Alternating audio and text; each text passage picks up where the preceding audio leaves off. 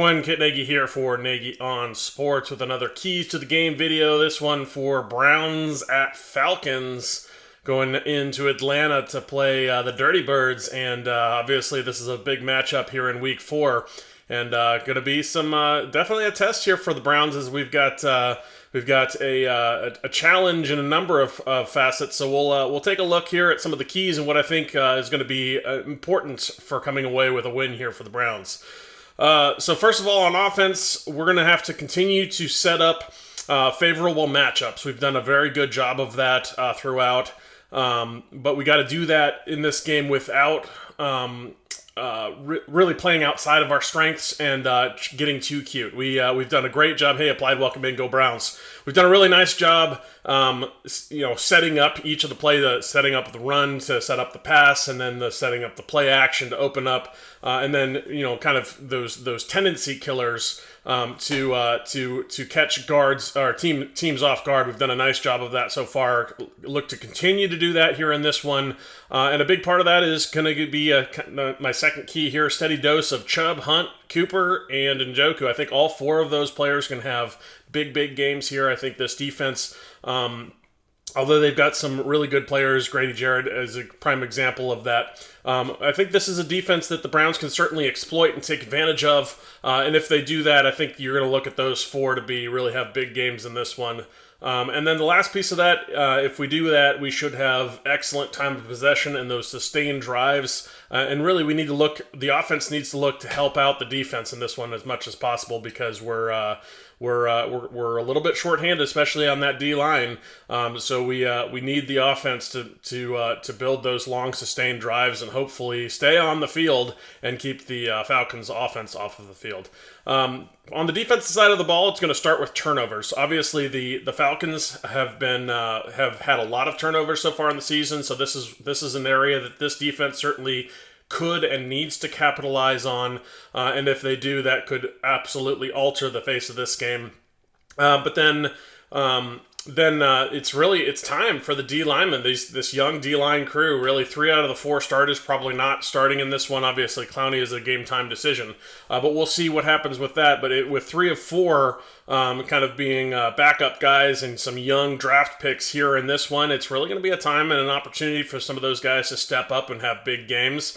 This is an opportunity. I think they can do that. This is not the best O-line.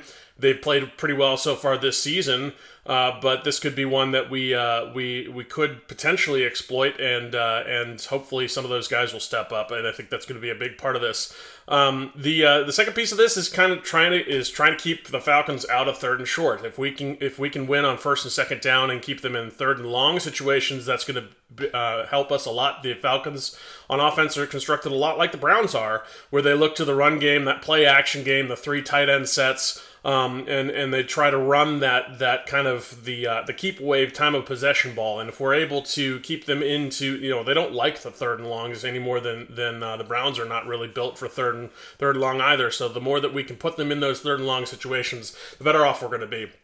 And then the last one is going to be, we did a good job of this last week, but we're going to have to look to do a good job of this again here because they've got some serious weapons that they can take advantage downfield. Some big, tall receivers and tight ends, but with London and Pitts. But certainly looking to make sure that we don't have any blown coverages in this one because that's going to be an important part to winning on the defensive front. Hey, Keith, welcome in, go Browns. And then for special teams, really, I'm not looking for a lot on special teams this week. Just making sure that we have ball security. That's going to be number one. First and foremost, we've got to have ball security on special teams, and then really just don't be the weak link in this team. Don't be the unit that loses it for the Browns here in this one. And I think they can do that. They need a little bit more consistency on special teams, and hopefully they'll start to build some of that here in this one. Yes, Keith, absolutely. I mentioned that in the defensive keys, but yes, our rookie DNs really need to show up in this one. They're going to have to ball out. Hopefully those guys are going to step up to the plate. I think they can. They and we're talking, of course, about Alex Wright and Isaiah Thomas. Both of those guys certainly can and have the skill set to step up, and this is an opportunity for them to show their stuff. And I think that hopefully hopefully they'll start to show some of that here in this one, because we're going to need some of it. But also on the defensive side, one thing I could mention here too is just scheming up some pressure outside of just organic pressure potentially in this one. If there is an opportunity for a few blitzes, this is probably a decent game for it, because you're facing Marcus Mariota, who is not going to be the best in terms of the savvy quarterback who you blitz and he's going to throw to the spot that you came out of. You might be able to catch him in some pressures from some blitzes. So that one may be an opportunity here in this game.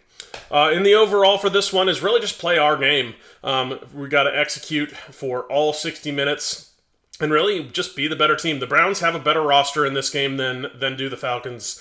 And although there are some definite highlights on that team, Cordell Patterson is certainly great. Grady Jarrett is certainly really good. They've got some weapons on offense. We already mentioned some of those names as well. So some really good players on the Falcons, but not a full unit. They really are working more on a rebuild right now, and this is something that the Browns, being a more well-rounded team, certainly can take advantage of, and certainly hope that they do, especially if they execute for all 60 minutes. We should look for them to do that. Anyway, so in this one, I do have the Browns winning. I think it's going to be a little tighter than we'd like it to be, potentially, because I think, in terms of what direct comparison, you think the Browns should be quite a bit better than the Falcons. But in this one, I think the Browns are going to win 27-21. And yes, I mentioned that as well on the offensive side of the ball there, Keith. Steady diet of Chubb and Hunt. Eat up the clock. That those are really hitting two of my offensive keys there. Really going to those four guys, and I threw in Cooper and Njoku as well. And then the time of possession, winning the time of possession battle is going to be big in this one.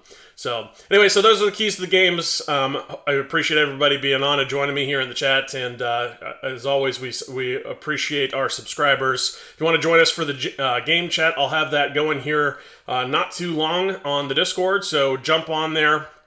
Keith says he's got the Browns winning 29-17. I'd like that. That'd be a great score to repeat again. But anyway, so if you want to join us in the chat, we'll be on the Discord for the live chat, and you can join us there as we're watching the game together and all chatting about what we're seeing and how it's going. So hopefully lots of good things to come there on the chat. But I'll have that open here on the Discord not too long if you need the link to that. To our Discord. It is in the description of this video or any of our other videos, and hope to see you all there. But in the meantime, we'll say get out of here the way we always do by saying, Go Browns!